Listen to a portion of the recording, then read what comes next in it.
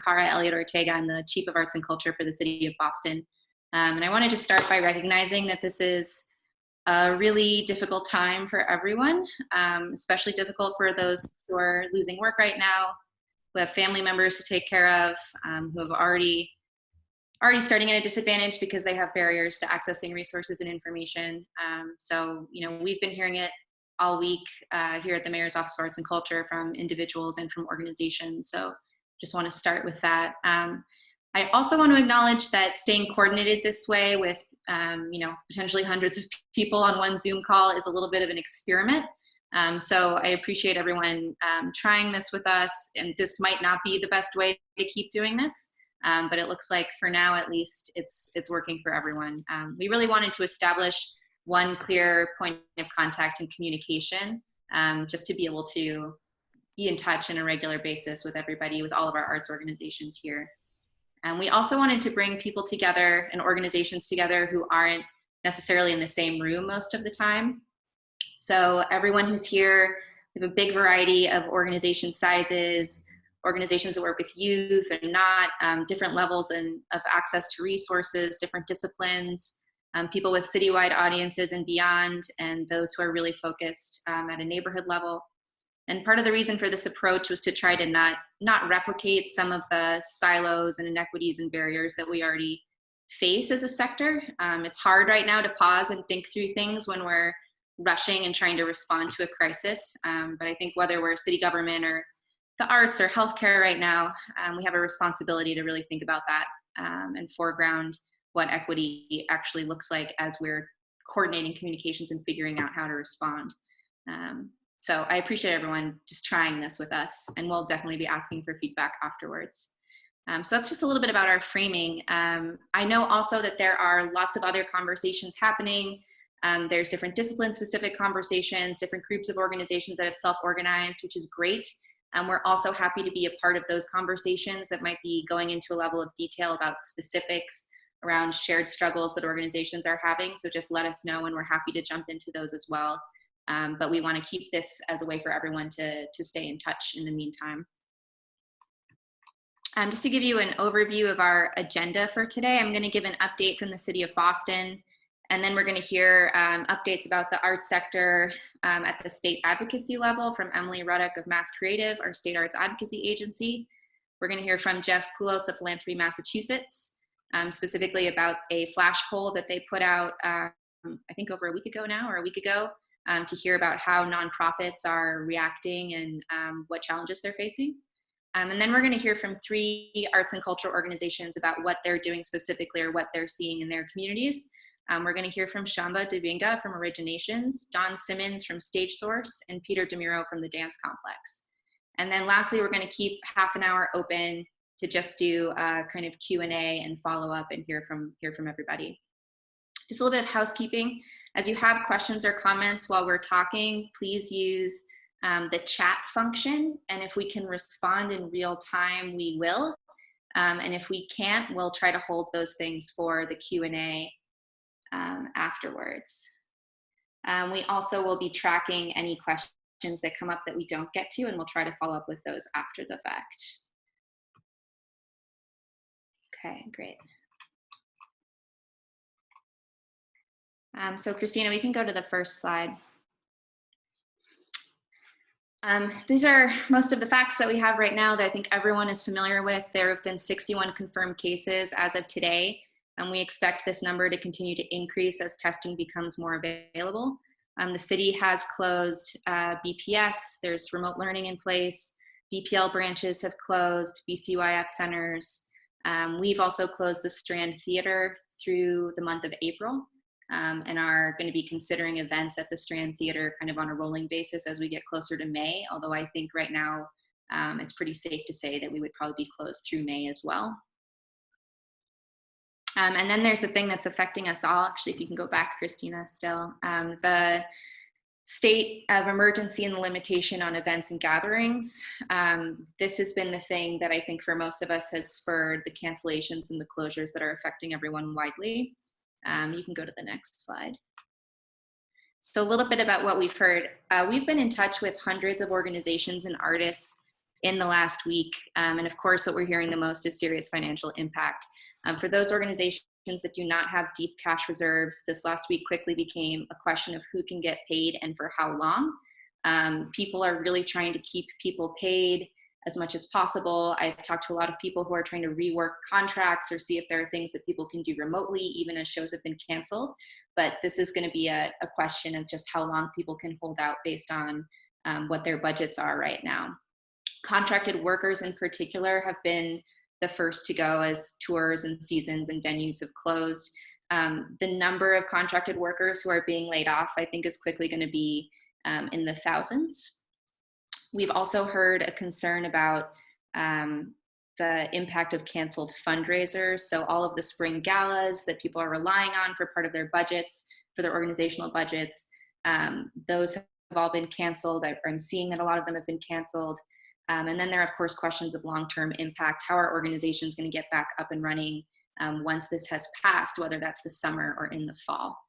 And we've also talked to people about reframing ticket exchanges and refunds. So are people, how to cancel things while maintaining relationships with audiences? Can you do an exchange instead of a cancellation or refund? People asking audiences to donate the cost of a ticket that they were going to cancel. And we'd love to hear more about how some of those efforts are being received. We've also had a lot of conversations about the visibility of the sector and the ways that people are communicating. That's kind of two different pieces. One, how to talk to visitors, audiences, and supporters about cancellations, about what's happening with the organization. What does that message look like? How can you cancel something while trying to maintain a community and a relationship? So that's one piece. And then the other piece is really about where is our sector in this bigger conversation of relief and recovery funding, both with elected officials and state and federal government, as well as in a kind of broader civic conversation with the public. So what are we talking about when we're talking about our value proposition right now? What does that narrative look like? Are there opportunities to have kind of coordinated sector communications around this?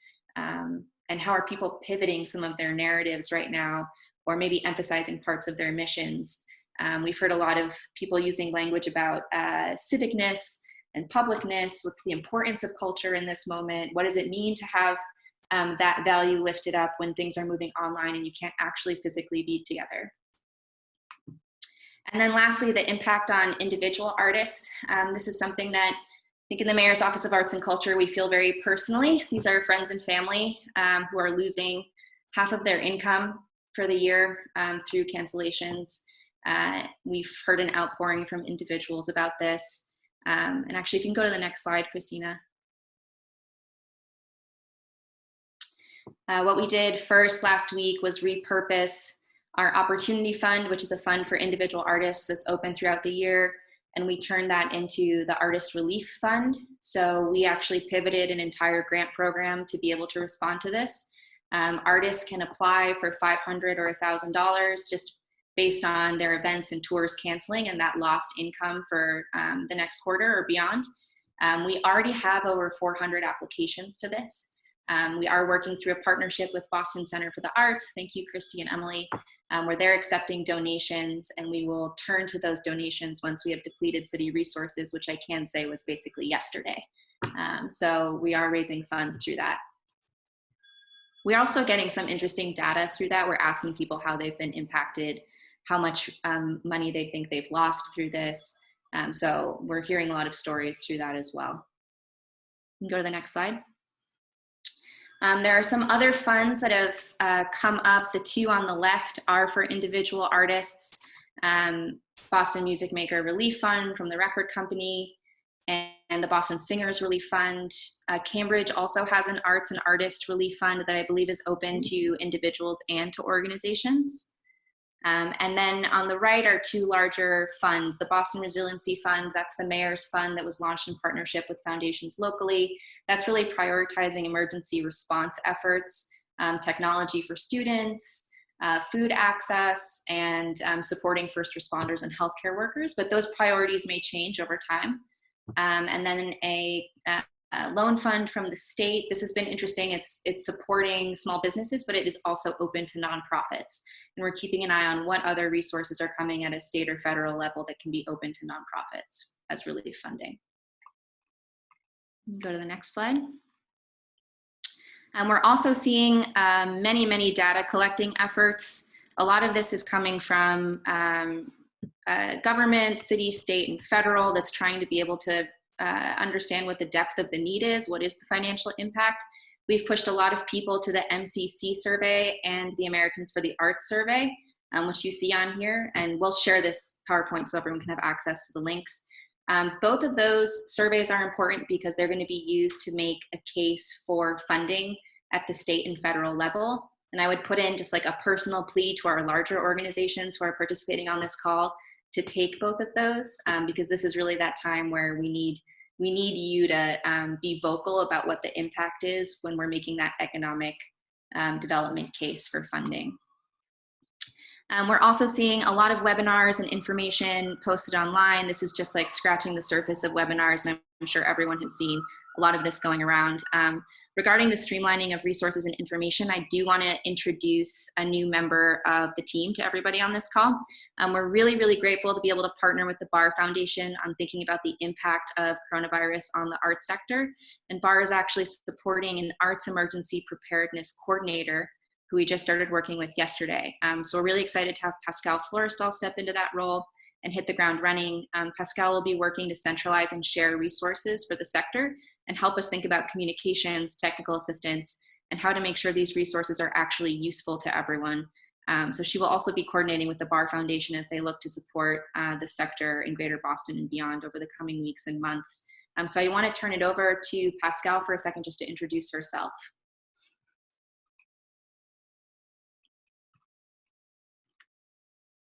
Hello, everyone. Thanks so much, Cara.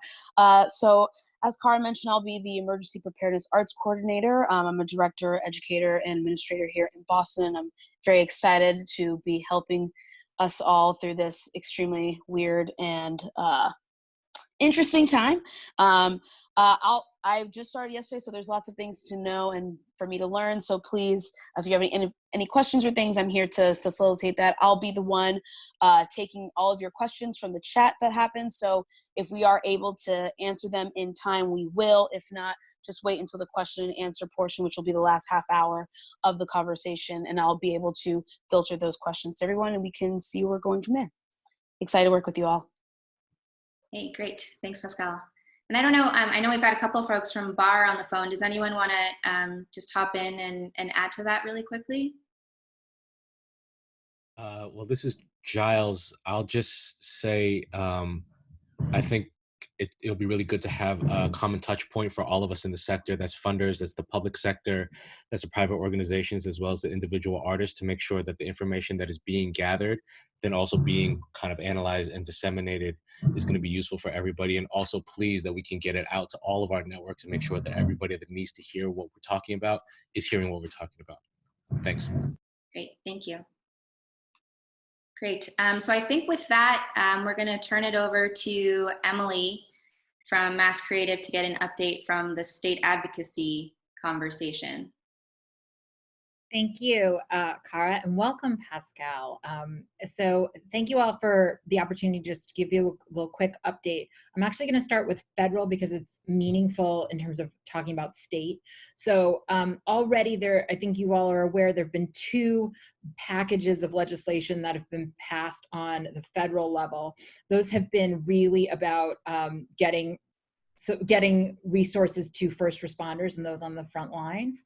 And right now, literally at this moment, they are now looking and working on a 3rd piece of legislation that would be about economic recovery. Well, economic, don't even think we're in recovery yet, but it's about meeting economic need and what's happening out there. So we at Mass Creative just sent out a action alert. One of the items we asked is for people to reach out to their members of Congress, encouraging a $4 billion amount for the creative community that would be distributed through the NEA. Also included in that ask is to ensure that all independent contractors, creative workers, and artists are considered when we're talking about any small business or individual relief packages, so that there's a 1-2 punch in that ask that we're asking people to do.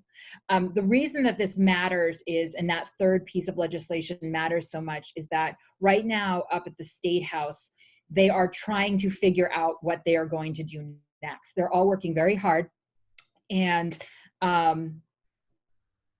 sorry, I'm just seeing a note, are organizing advocacy around the same or parallel ask. Yes, that is true, Nat. So they are working really hard to start forecasting what they're going to need to do. Part of the equation about what kind of state resources are going to be put together has to do with what kind of federal dollars are coming in. So they can figure out where the gaps are, and they can figure out where they need to apply more resource. So as that money comes down, we'll then see, in terms of the larger landscape, what the state is looking to do and organize. That doesn't mean we have been quiet, and that doesn't mean that we're not working with our partners right now to make sure that the arts community is part of this conversation as leadership starts to put together their plan and their strategies. So right now, on the state level, last week a $15 million package was passed. That again was for frontline workers and first responders. And then recently, as Cara mentioned, a $10 million small business loan package was passed through.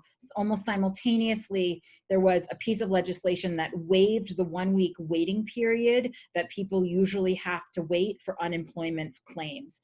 Now, that's some good news, right? For some folks, well, actually, it's good news, right? I want to be really careful in this moment that the creative community, like all of our communities, are suffering and are impacted by this.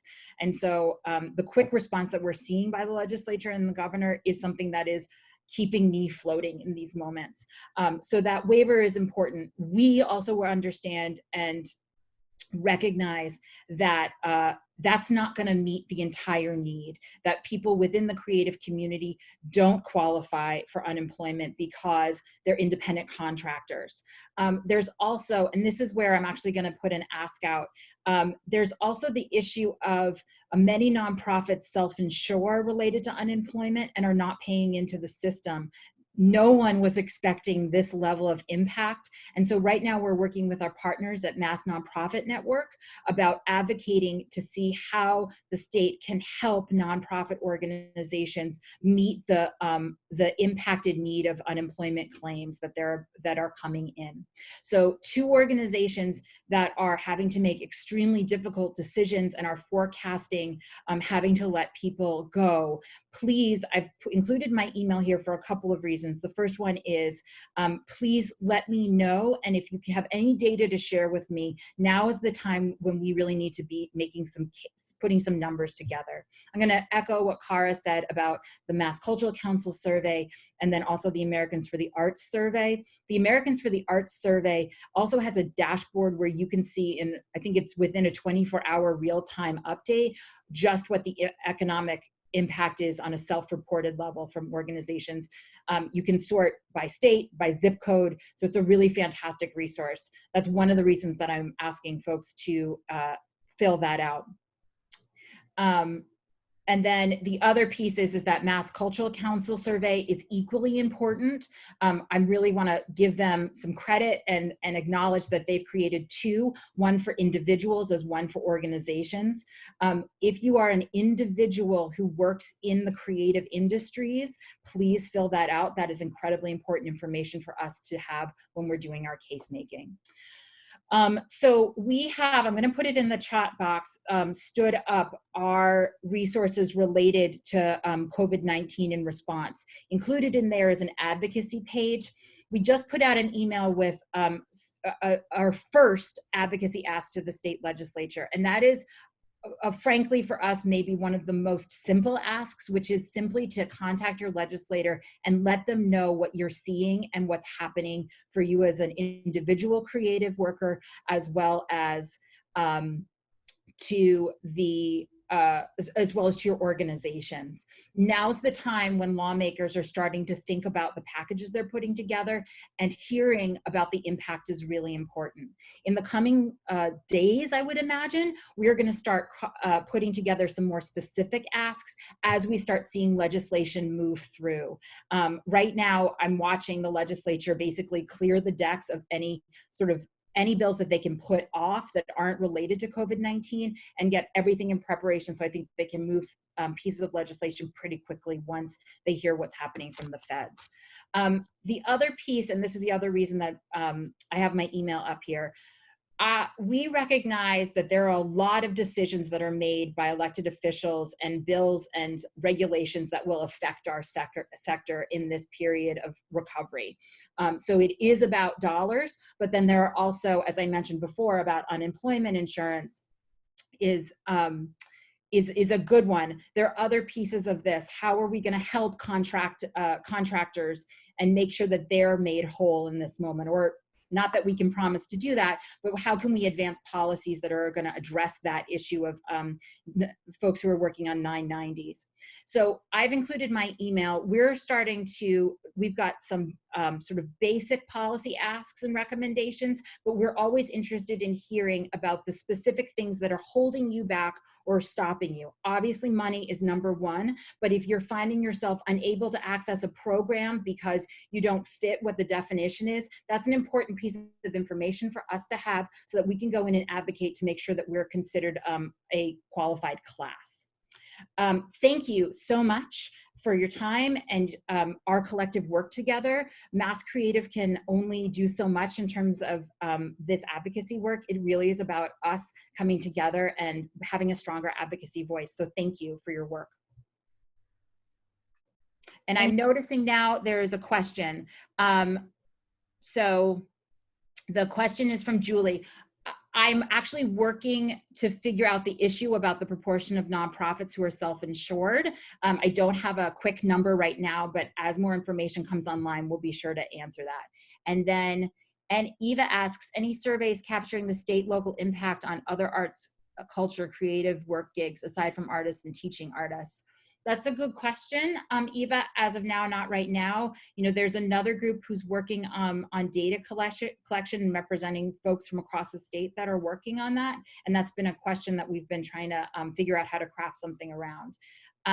If I may, Cara, if it's appropriate, I know that there are a couple of folks from the Mass Cultural Council on this call. My understanding is that the individual survey would apply beyond artists and teaching artists. Is that correct, Beth Ann or Lisa or Mina?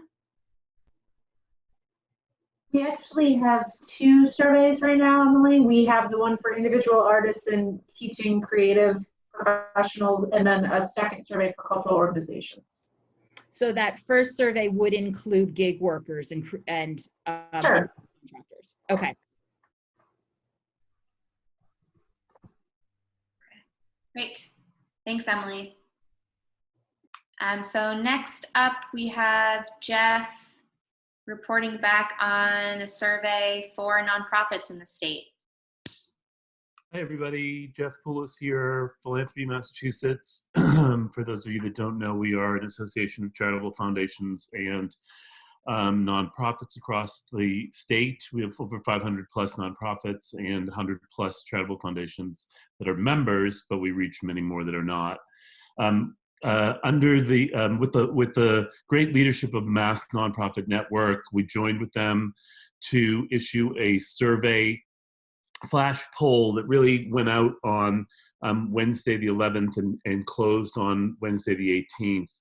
And we had an overwhelming response of 950 organizations that responded. And as you'll think back to Wednesday the 11th, which seems like another decade or year ago, because so much has happened in 1 week, we're in a much different place than we were a week ago than we are today.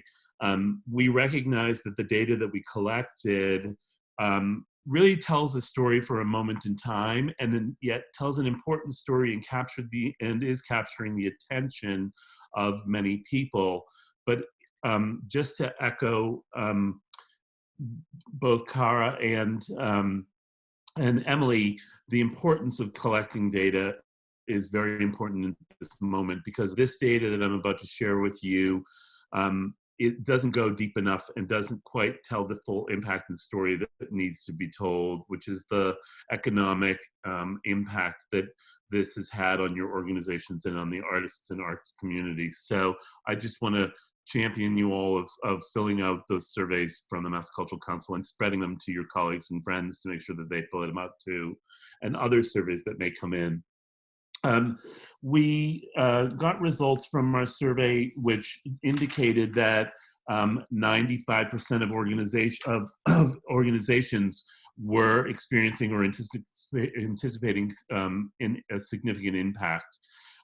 As you can see, 52% said at a high rate and 43% said moderate, which is a significant number. And as we know, that number has even gone, that those moderates have probably gone up into the high, given that we didn't know what we know now.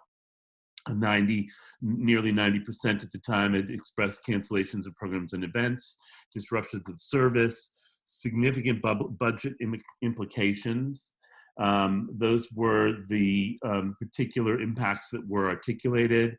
Others that were noted on the survey were loss of staff, disruption of services and supplies by partners, and then increase in demand in service. When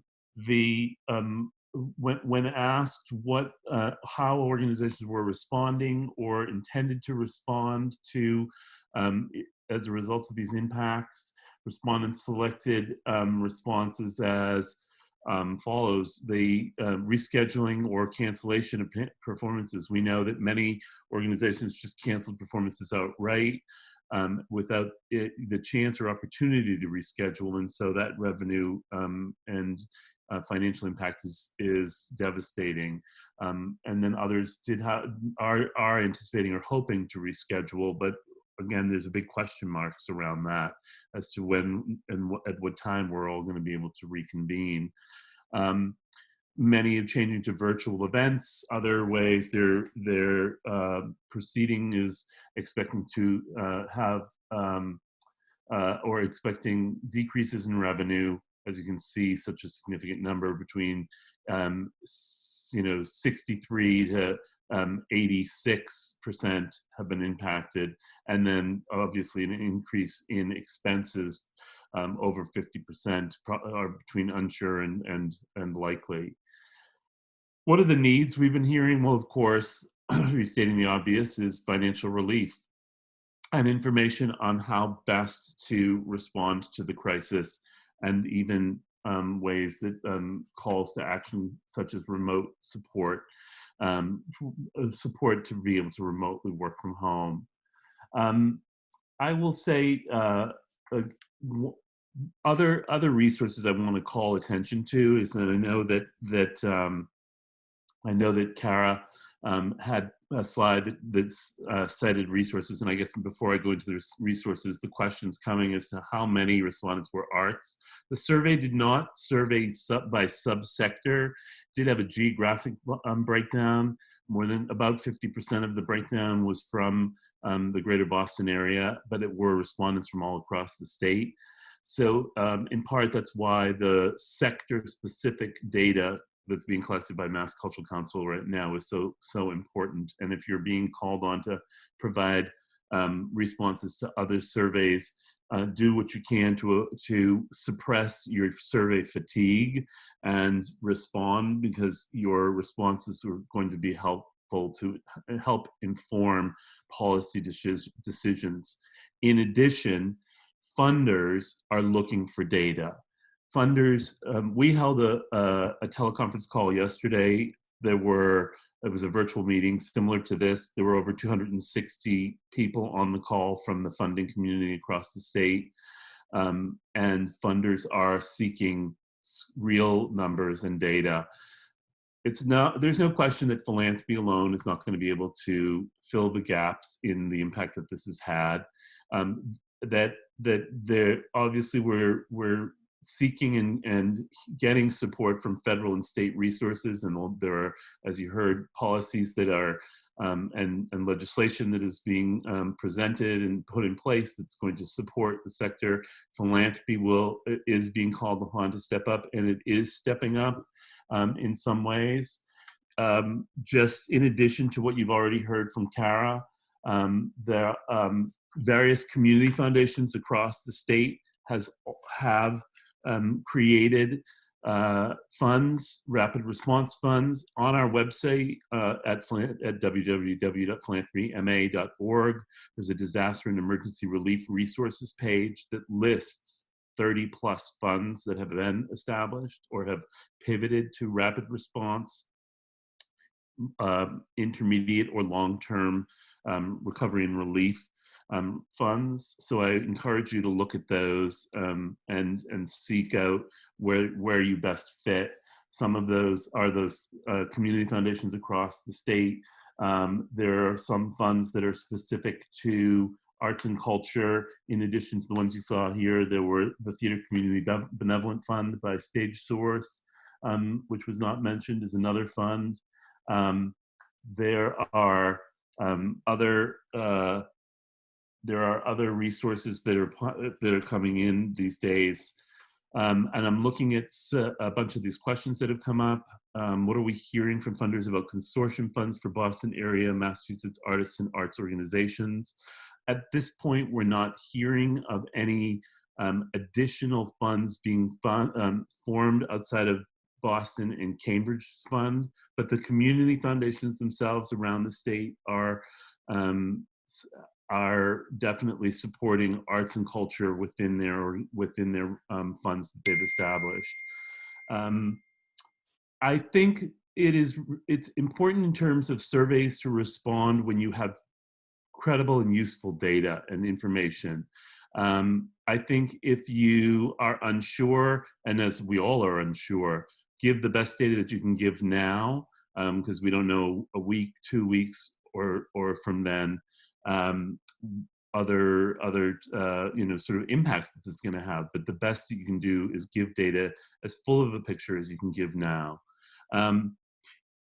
Many funders are also being affected themselves by what's going on in the stock market. However, we are hearing from many of them that they are doing what they can to consider trying to level fund where they've been funding, or commit to the funding levels that they've committed to for the year, or even increase and go beyond the 5% payout that private foundations have as a requirement. I would encourage you to, if you are already receiving funds from a funder, to reach out to the funder and just continue to connect with them to keep them informed as to how this is impacting you directly. You'll see that the Boston Foundation has set up a fund in addition to the city. So I would reach out to, go to the Boston Foundation's website, tbf.org. They have a COVID-19 fund, and just continue to look at the resources that we keep putting out there for the field, and also reach out to us and send us your questions. I will pause there and turn it back to you, Kara. Thanks, Jeff. Yeah, I would just reiterate that responding to what is open in a survey right now is helpful. And I think that there will be interest in something that is a little bit more in-depth in thinking about the long-term impact. So there will probably be another research effort that will hopefully look at that. But having like a quick take right now of what's happening is still going to be really useful. So now we're going to turn it over to a couple organizations to talk about specifically just what they're experiencing and going through. Is Shamba on the line?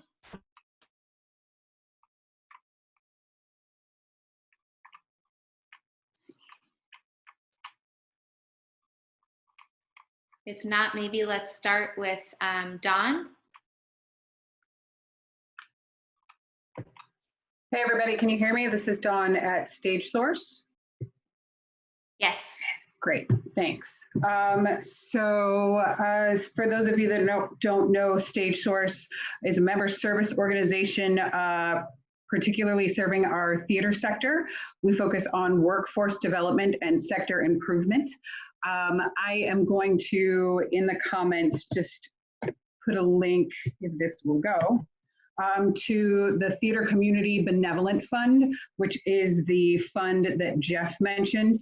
The Theater Community Benevolent Fund serves theater organizations and artists who are facing significant crisis.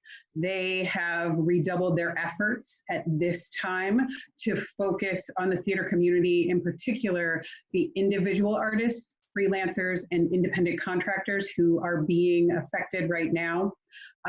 They are looking at applications on a weekly basis and trying to figure out whether or not what's the amount of money that they can give. I think right now they're starting with $400 to $500 to $1,000, but I think in different situations there may be some wiggle room there. And you can find more about them on our website or on tcbf.org. So that is one of the things that we are helping to promote. I think the other things that we are thinking about, hearing about, and trying to suss out for the theater community, messaging. Cara, you mentioned this earlier, but sort of what is the shared messaging that we want to get out, both in terms of the immediate and the long term. Stage Source right now is trying to put together a messaging packet for the immediate, which sort of goes back to those things that Cara mentioned, not asking for donations, buying your subscriptions now. If you would ordinarily go to see a show on a Thursday or Friday, consider donating the price of that ticket. We're trying to work on some kicky viral marketing as well to kind of keep it fun and light, but with a hashtag of "We'll Be Back." It's sung to the tune of "You'll Be Back" from Hamilton, because of course. Just to sort of remind people that these organizations, some may go dark, but there is the real possibility to save and preserve quite a few by making your donations, by buying subscriptions now. I think the other thing that we're really trying to talk about within that is that by keeping these organizations alive, you are helping to put people back to work, especially our independent contractors, as well as like the admin staff that these organizations have grown. The other thing that we are doing, similar to this right now, we have a weekly check-in for our membership and anyone else in the community via Zoom Tuesdays at 11. It was asked, we did a community call earlier this week on Monday, similar to what we're all doing right now, as we've all been on a dozen community calls, I'm sure. But there was a request from our folks, from our membership, to be able to sort of share questions, best practices on a regular basis. So we'll be doing that as well. We have a survey out to our membership just to sort of feel out what the impact is on that freelance community. We service over 2,000 individual members, and that's not counting all of the folks who are also part of admins for larger organizations.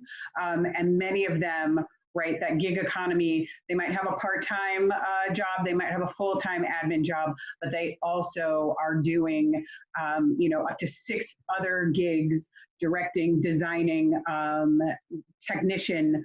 And so trying to figure out what is the impact of these closings and how far out are closings going. Right now, we know a lot of folks are going dark through May, possibly June. So trying to figure out, again, how much further that's going out.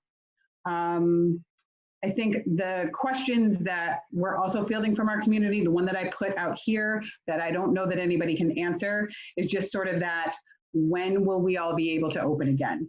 How soon can we get that information? And then what's the protocol when we do? So I'm going to stop talking and let you all continue on. I hope that was helpful. Thanks, guys. Thanks, Dawn. We're working on unmuting Shamba. Give us 1 second. In the meantime, are there any questions for Dawn? Looks like no. Hello. Okay. Hi, Shamba. Yes. Hi. Great. Thank you. Oh, this is great. Thank you so much. Hi, everyone. This is Shamba from Origination Cultural Arts Center. Thank you for being on this call. We are, for those of you that don't know, we're a small nonprofit located in Jamaica Plain, and we have been impacted a great deal. We serve young people ages 2 through 18, and since the closings, we haven't been able to have classes for any of our students. All of our teachers are part-time. I'm the only full-time staff, so none of our teachers have been able to teach at the studio because we can't have children in the dance studio because of the numbers that are allowed in groups. I'm the only full-time staff, and I'm the in-school artist in residence instructor, so I'm not able to teach in any of my schools. So all of those, all of the fees that we would be receiving from my teaching in the artist in residency programs, have ceased. So we're not receiving any funds from that.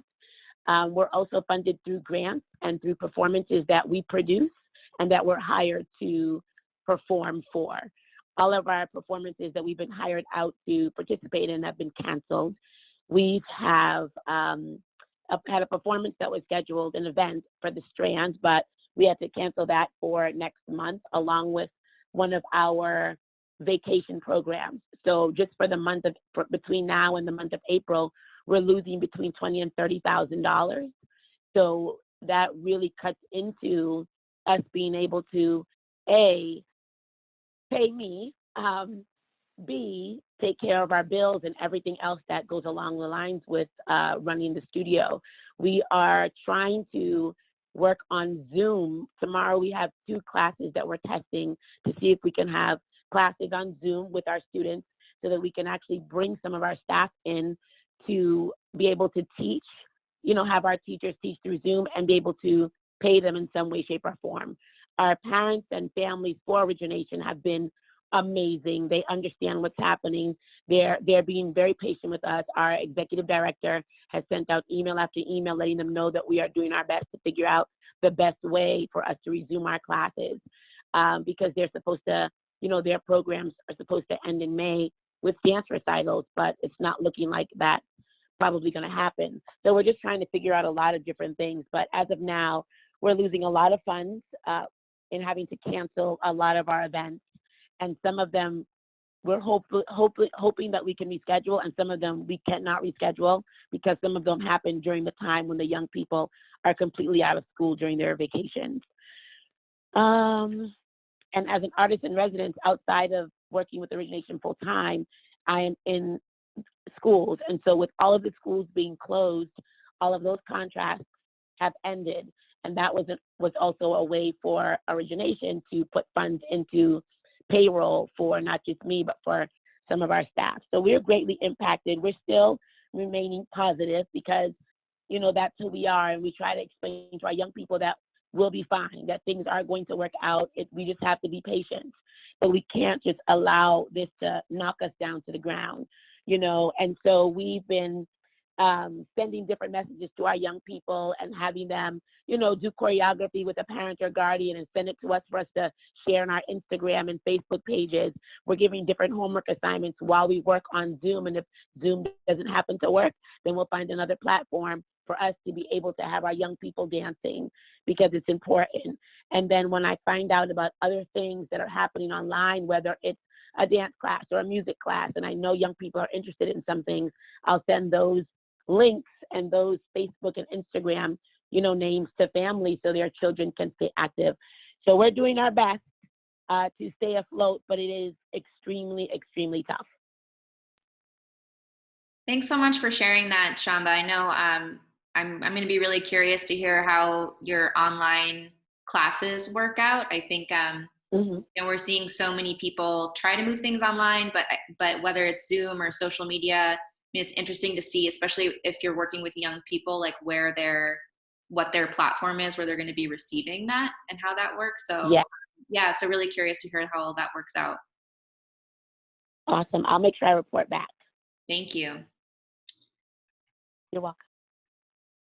Lacolian says, my wife and son are working on their choreography right now. So there you go. You've got some folks. Awesome. Great. So good. All right, thank you. Peter. Are you Yes. there? Hello, everybody. Can you hear me?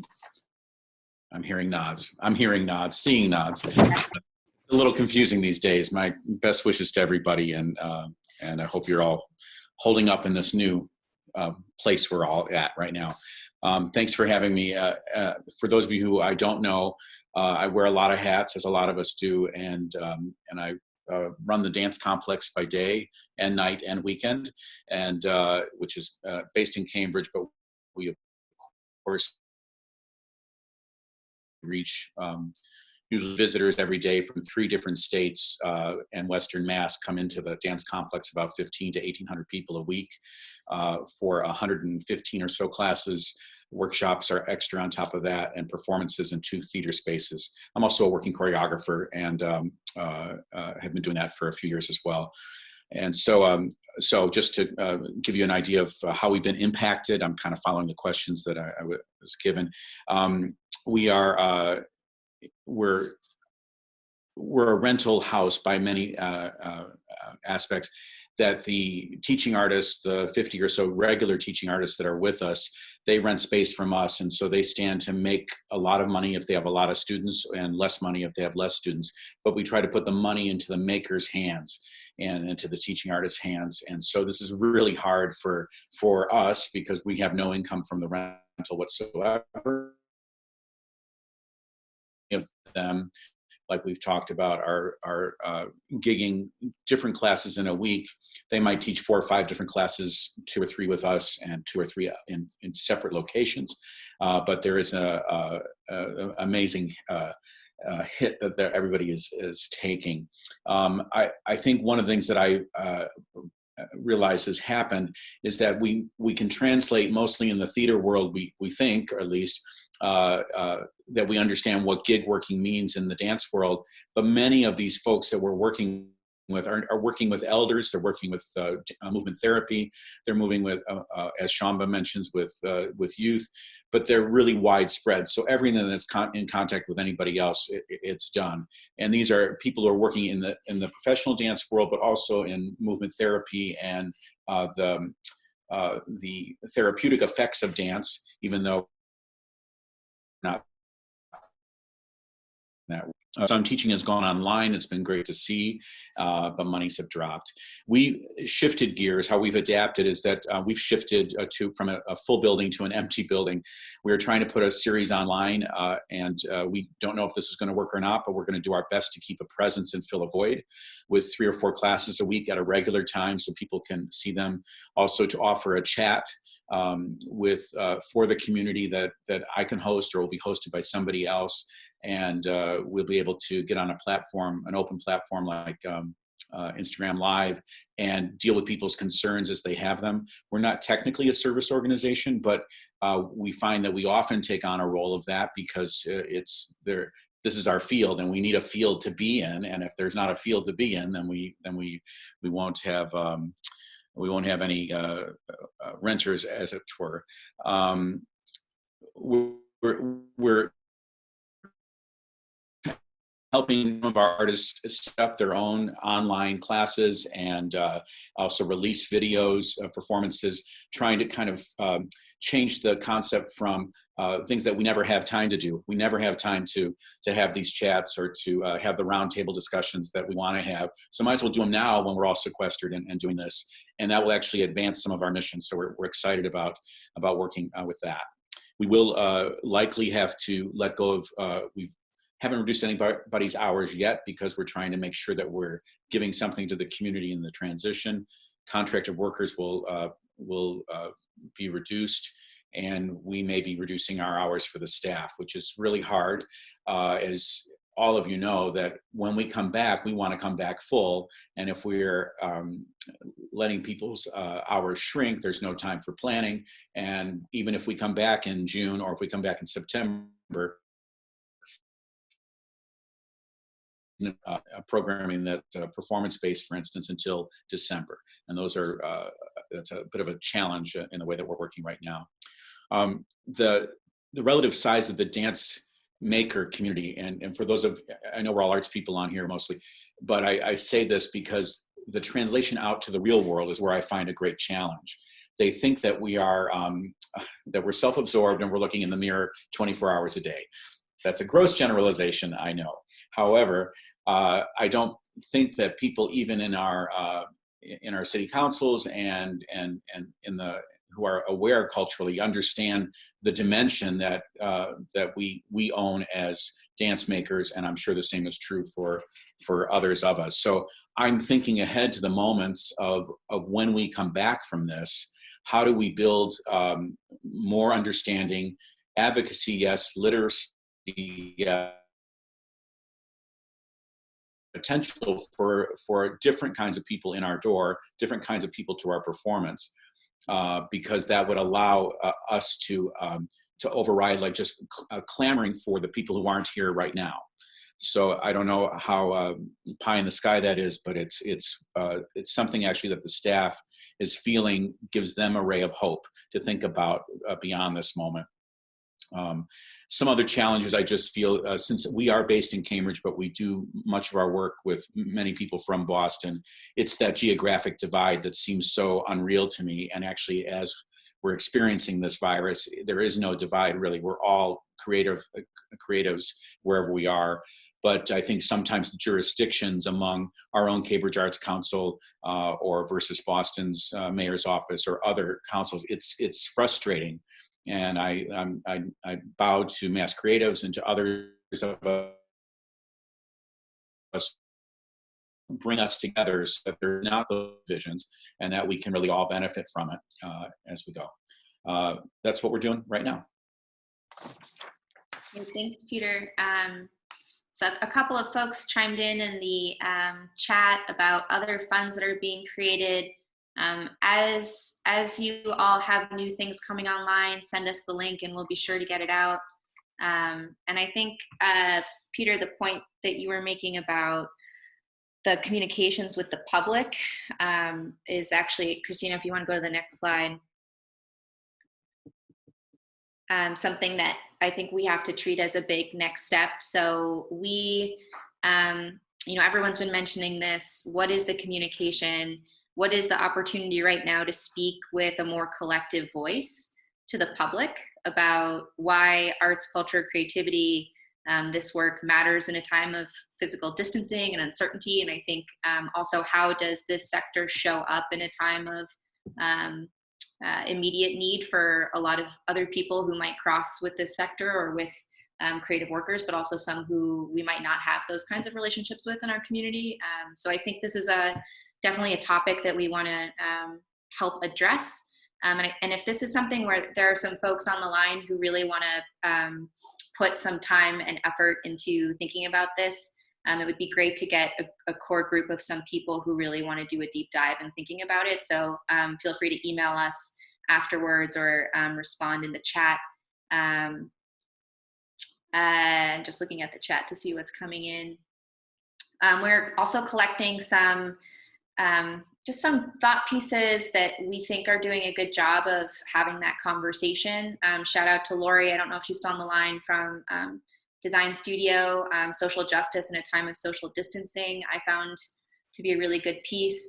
So if you see other things out there that you think are kind of getting at that question, that kind of communications question, and that not just communications, but how are we orienting our work right now in a way that's responsive and is looking at some of the systemic issues that are about to be replicated through this, please share any of that with us, and we'll also compile that work as well.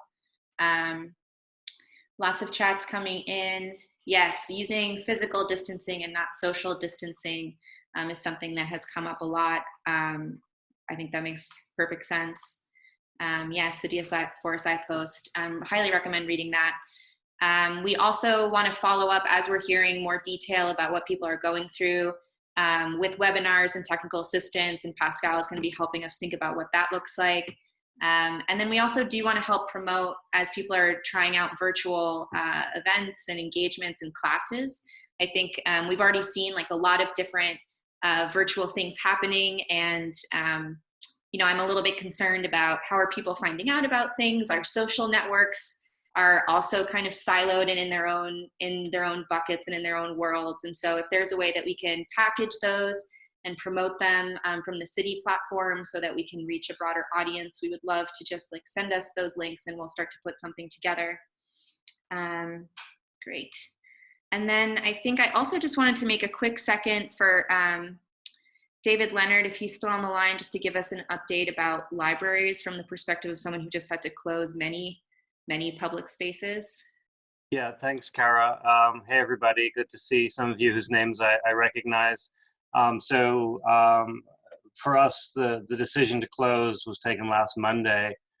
So 6 p.m. Monday evening, we closed all Boston Public Library locations to the public, which very, very painful and emotional step to take, but absolutely clearly the right one, and follows in the steps of what many of your organizations had already done with the closing of programs and events really across the region.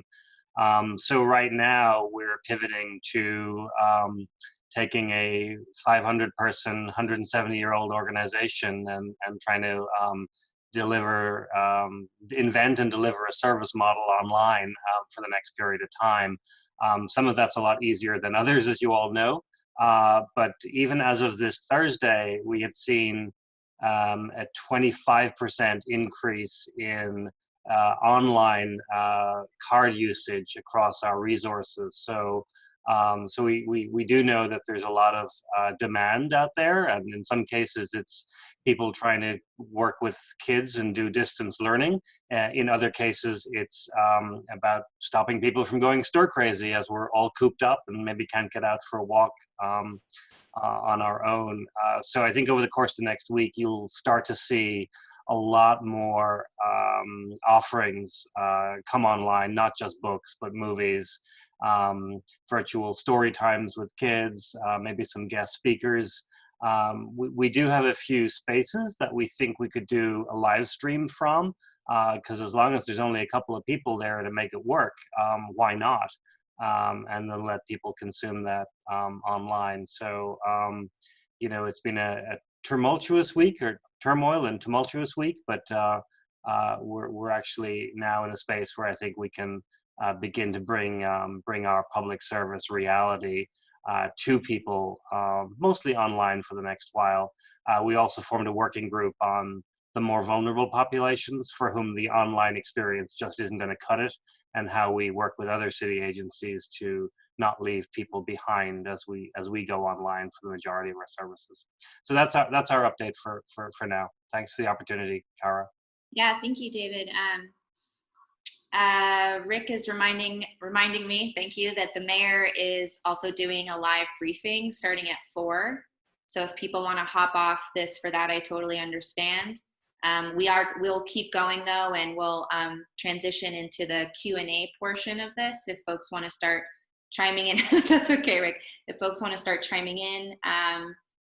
I did want to just lift up a comment from Lori about the public libraries, always such a critical resource to our communities, and also will be a beautiful space to welcome people back to when we're back in public. And I think that is another question, is thinking ahead, how are we going to be welcoming people back into a way of being with each other that they won't have been in possibly for a long time, and what does that look like so that we can do it with confidence and think about changing that behavior as quickly as possible, be back in physical space together.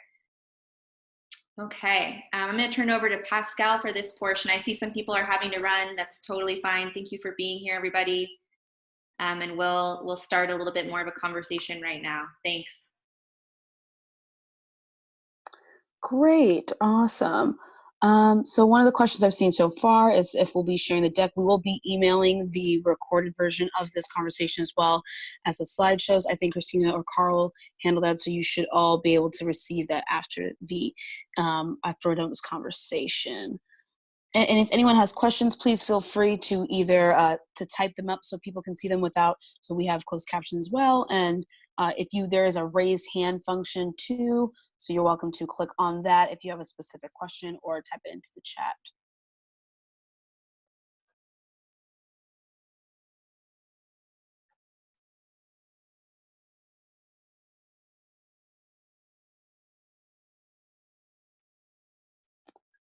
Any questions? Let's see.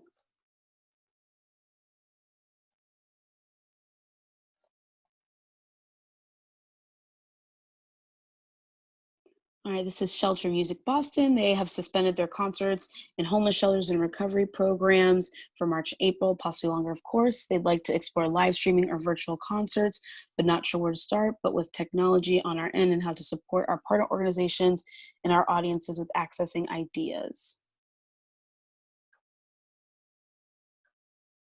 Cara, Christina, you want to answer the question about supporting organizations with live streaming capabilities?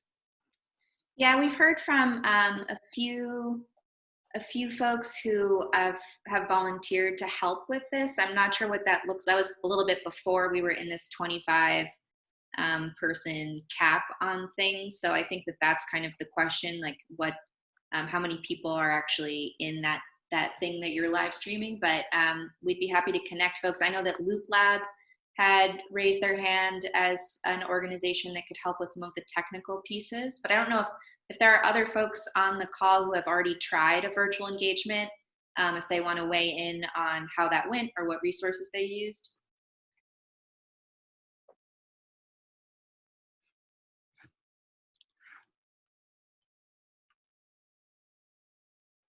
I'll definitely suggest HowlRound. They do a lot of live streaming of events even before this all happened. So I would definitely connect them and see what their capabilities are, what the different resources they've used. They're really good at being able to live stream for large audience all over the country. And that they've been able to do that for the last couple of years since they started.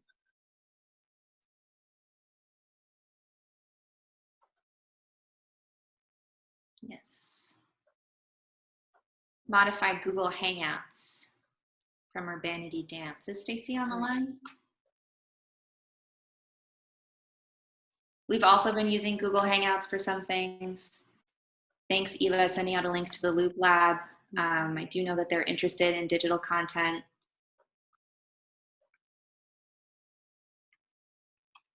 I'm also seeing, Luke, if you're still there, do you want to give just like a quick update on VLA and what you're offering?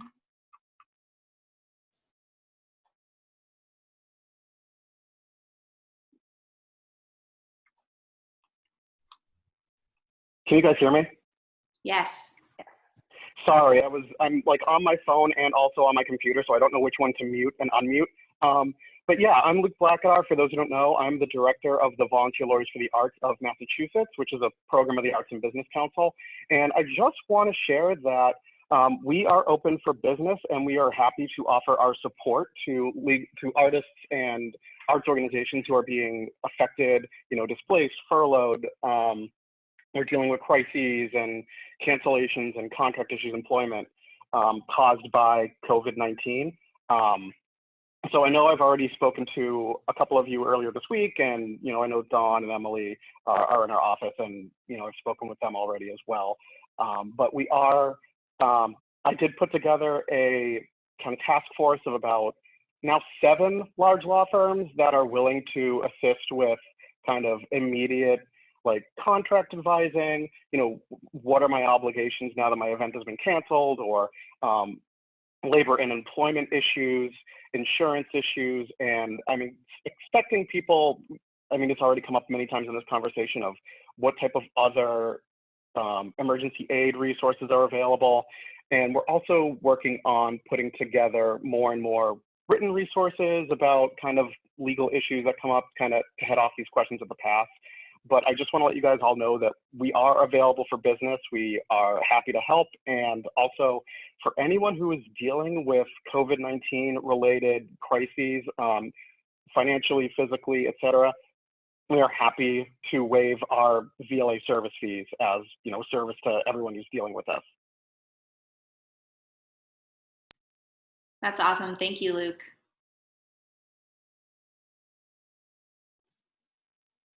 Great. Any other questions? I see the Loop Lab has been posted.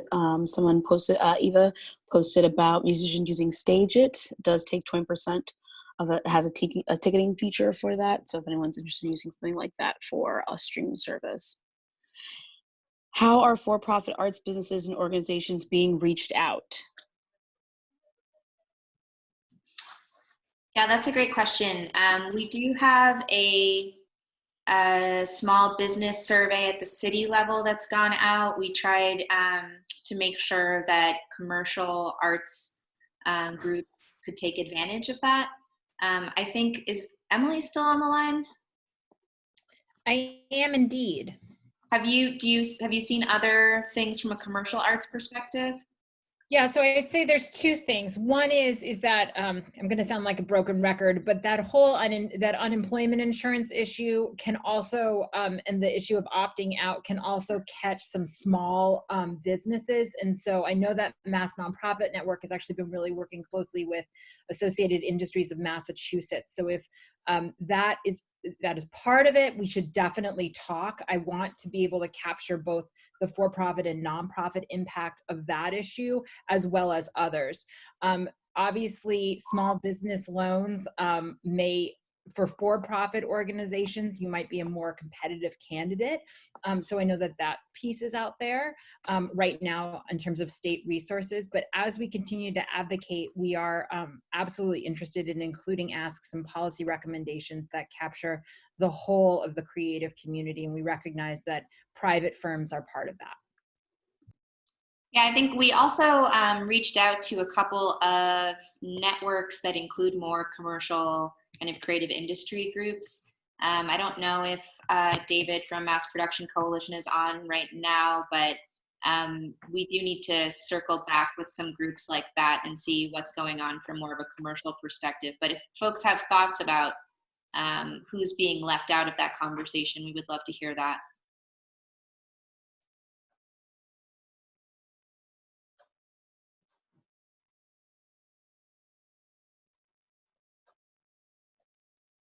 Thanks for the info, Loke. This is super helpful. Any other questions? So about like 15-ish minutes.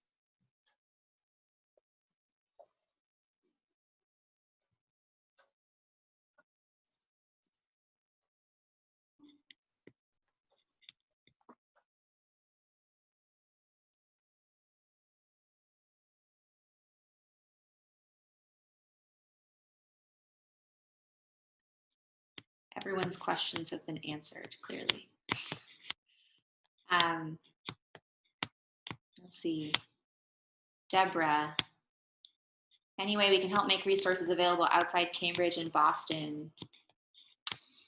Yeah, I think this goes back to the conversation about that Jeff was bringing up about funders and how people are coordinating and learning from each other right now.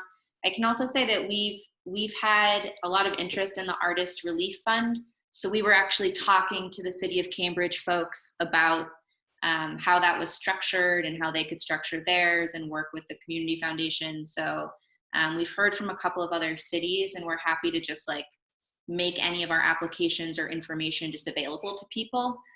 So if you also are talking to somebody in Metro West who might be interested, we're happy to be connected and share that as a template even. Hi, Jeff Poulos here. I'd just say for Metro West, look at the Foundation for Metro West, which has started up a response fund, and Berkshire Taconic Community Foundation has a fund. Berkshire United Way, the Community Foundation of Southeastern Mass in New Bedford, the Community Foundation of Western Mass in Springfield, Essex County Community Foundation, Greater Lowell Community Foundation, the Greater Worcester Community Foundation, Cambridge, we've already mentioned, Cape Cod and the Islands has the Needy Fund. So there are, I'm sure I'm forgetting somebody, but there are funds all over the state. So to answer your question about outside of Boston, there definitely are initiatives going on outside of this city. This is Emily. I want to address a question that I saw in the chat from Abigail Norman about how arts organizations can partner and be useful to public health, disaster release, and other relief efforts. So already I've seen just on my social feeds, 2 organizations, one in Greenfield, that's a private maker studio, and then I believe Artist Asylum, begin to use their maker spaces to address some of the shortages that our frontline and public health workers are facing, including how to fabricate respirators.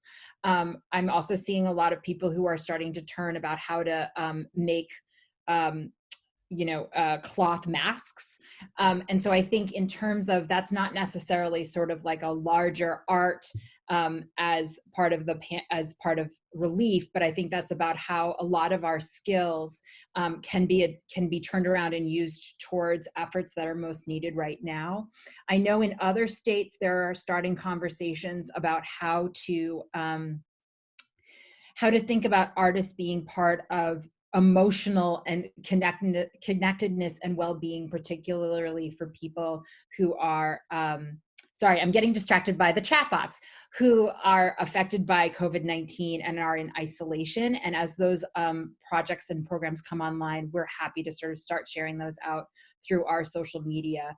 I think this is a moment where we as a sector, in fact, can be incredibly helpful in our spirit of creativity and how we think innovatively about solving problems. And so I think that that's another place where we can help.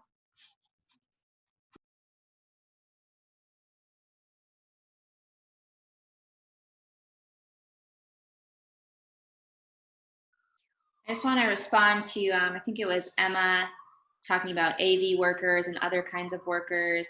But I just want to reiterate, I mean, I think that's been one of the biggest things that we've been thinking about this week, just from everything that we've heard. I think this is one of those areas where it's helpful to not think of this as within the arts sector, but to think about contracted and gig workers from all sectors, particularly low-wage workers. I think that will emerge as a priority for the city across the board beyond this office, and I'm sure that's true for other areas as well. I don't know, Emily, if that's come up in what you're seeing beyond Boston, but I think that's one where we need to think beyond just the arts, and particularly because a lot of the people we're talking to, someone else was mentioning it in the chat, are getting hit 2 or 3 times because they're also in food service, or they're also, they have multiple gigs that they're piecing together from different parts of what they do. So that's definitely going to be something that we're advocating for.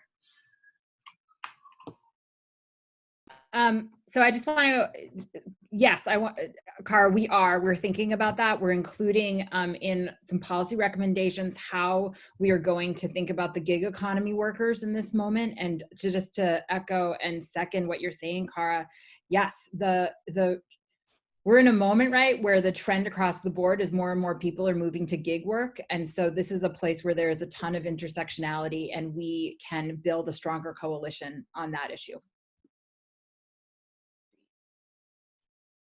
Lori is just giving us some really great comments. I don't know, Lori, if you want to hop on and say anything about how you're seeing this play out, or how DS4Psi is seeing things play out.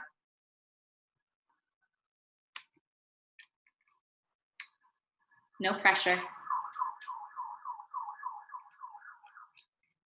I was laughing because this technology is so hard to think creatively in. The combination, spending the day on the computer plus PowerPoints and webinars.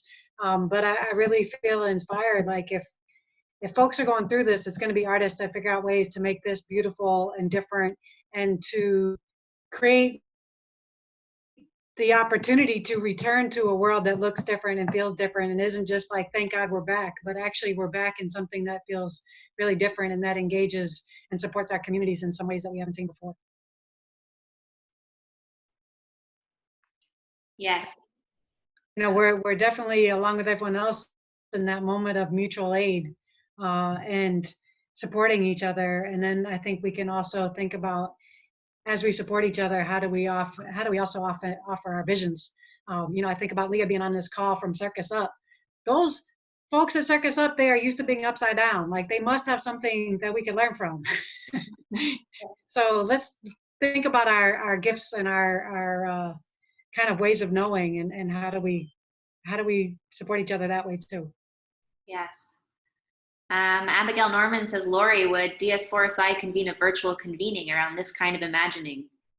We're totally working on that. Thank you. Yeah, definitely. We'll be in touch. We're actively thinking about that along with our piece. Awesome. We had a question about from Melissa Graham. Can gig workers, including teaching artists who get 1099s, apply for unemployment? I believe so. Car, do you have any other information about that? Yes, I believe so. I know that Luke, Emily is making a face that makes me think no. Emily, do you want to hop on?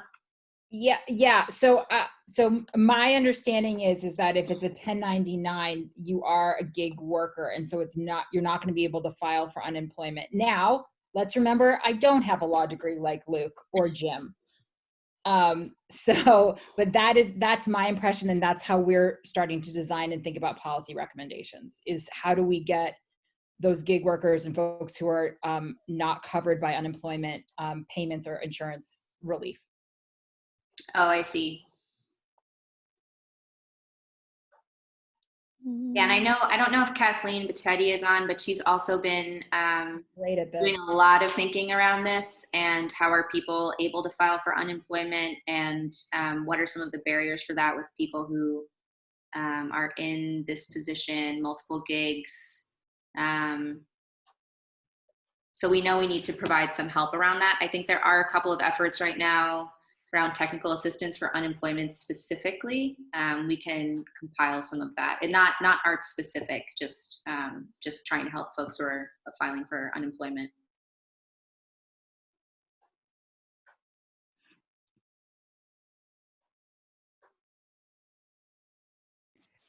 Kathy Battetti says no, they agrees. So they're 1099, they can't get unemployment.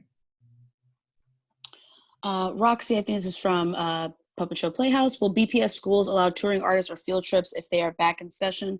I'm worried about remaining stigma about artists as outsiders, and the school community will have extra lasting impacts on touring puppeteers. Can leaders work to advocate for the contract artists as safe choices once school or urban summer programs are back in session? Hopefully we can be the voice for sensible regulation and not stereotype. Thanks, Roxy. Yeah, I think that's a great point. We'll have to follow up. I think we could do a whole session, a whole presentation on how BPS is doing remote learning and what the opportunities are there and what those are going to be like when they're back in session. I know everyone's still kind of figuring out what that kind of new normal looks like, but we can definitely follow up on it, and I think that's a great point.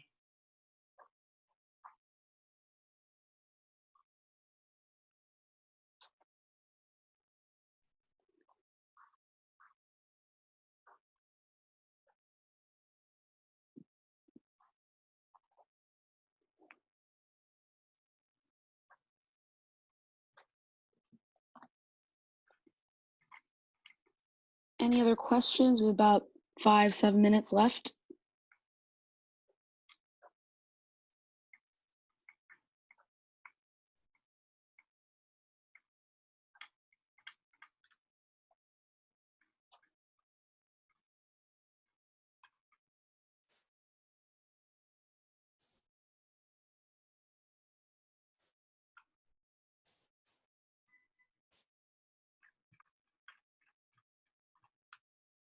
Thanks, Peter.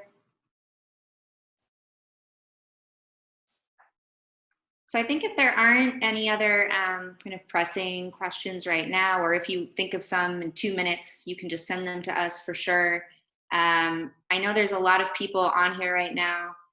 Is there a question we want taken up during our next calls? Who should get it?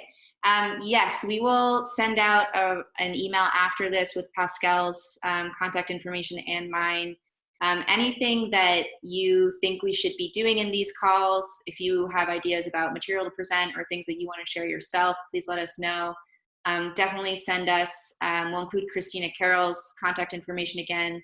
Any events that you want promoted that we can help streamline through Arts Boston's calendar or through our social platforms, and any resources. I know there's a lot of people on this call who have really different networks. You all know something that we don't know. Please send us anything that you have that you think needs to be a part of what we're getting out to folks. And yeah, this is a thing that we'll do again. We definitely want input on what else can happen with it. This is for all of us to do together. So please let us know what you think we should highlight, and anything that you think we should be putting on an agenda for the next meeting. And we'll just keep holding this space, and if there's nothing new, we can still use it to check in with each other and have a conversation. All right. Great. All right. Thank you everyone so much.